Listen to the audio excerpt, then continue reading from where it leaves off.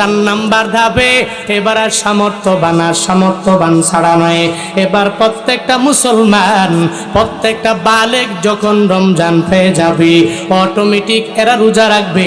আল্লাহ পাক এবার জানায়া দিলেন, ফামান শাহিদা মিনকুমুশ শাহরা ফালিয়াসুম। আল্লাহ পাক বলেন, যখন তোমাদের সামনে রমজান মাস যখন পাবা, ওই রমজান মাস পাইলেই তোমরা রোজা রাখবা। প্রত্যেকটা সামর্থ্যবানেরা রাখবে, প্রত্যেকটা ধনী রাখবে, প্রত্যেকটা গরিব রাখবে, ভিখারিও রাখা লাগবে, মিসকিনও রাখা লাগবে। এক কথায় প্রত্যেকটা মুসলমান বালেগ ওই রোজা রাখবে।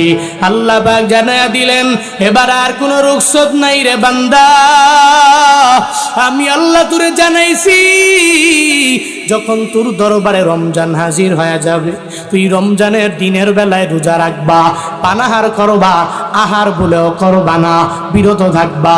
ও বান্দা, তুমি ওই দিনের বেলা রফাস করবা না, জেমা করবা না। ওই দিনের বেলা কোনো দোকানপাট খোলা রাখাও যাবে না, কোনো মার্কেটের মধ্যে পর্দা লাগাইয়া টানাইয়া খাওয়া যাবে না। কিন্তু আমগো বাংলাদেশে নিয়ম কি জানেননি? রমজান মাসে ঘরের মধ্যে খায় না, দোকানে যাইয়া পর্দা টানায়া যাতে মানুষ না দেখে। এই যে পর্দা টানায়া খাও, দুনিয়ার ইমাম দেখে নাই, দুনিয়ার মাতবরেরা দেখে নাই, দুনিয়ার মানুষ দেখাও তোমার কিচ্ছু বলতে পারে নাই। কিন্তু পর্দা টানাইলেও একজন দেখে, চিল্লা বলো তার না। আল্লাহ দেখে কি দেখে না? দেখেনি? আল্লাহ পাক দেখে তুমি কোন জায়গায় যাও, কিভাবে যাও। ওহুয়া মাআকুম আইনা মা কুনতুম। বান্দা তুমি যেথায় যাও, আমার মাওলা ওই জায়গায় তো বান্দা তোমার সাথে আছে। এজন্য পর্দা টানাইয়া খাওয়া যাবে না। এলাকার মেম্বারেরা, ও মাতবরেরা, ও চেয়ারম্যানেরা, আজকে থেকে নিয়ত করেন রমজান মাসে দিনের বেলা যাতে করে কেউ খাইতে না পারে। দিনের বেলা কোনো মুসলমান বালেগ খাবে না।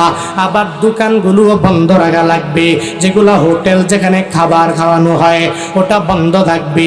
রাতের বেলা খোলো, ফজর পর্যন্ত তুমি খুলে রাখো, কোনো অসুবিধা নাই, কারণ এটা মুসলমানের দেশ। এই দেশে রমজানের দিনের বেলা একটা বান্দা গুইরা খাবে, এটা রোজাদার দেখবে, এটা কশিন কালো সহ্য করার মতো না।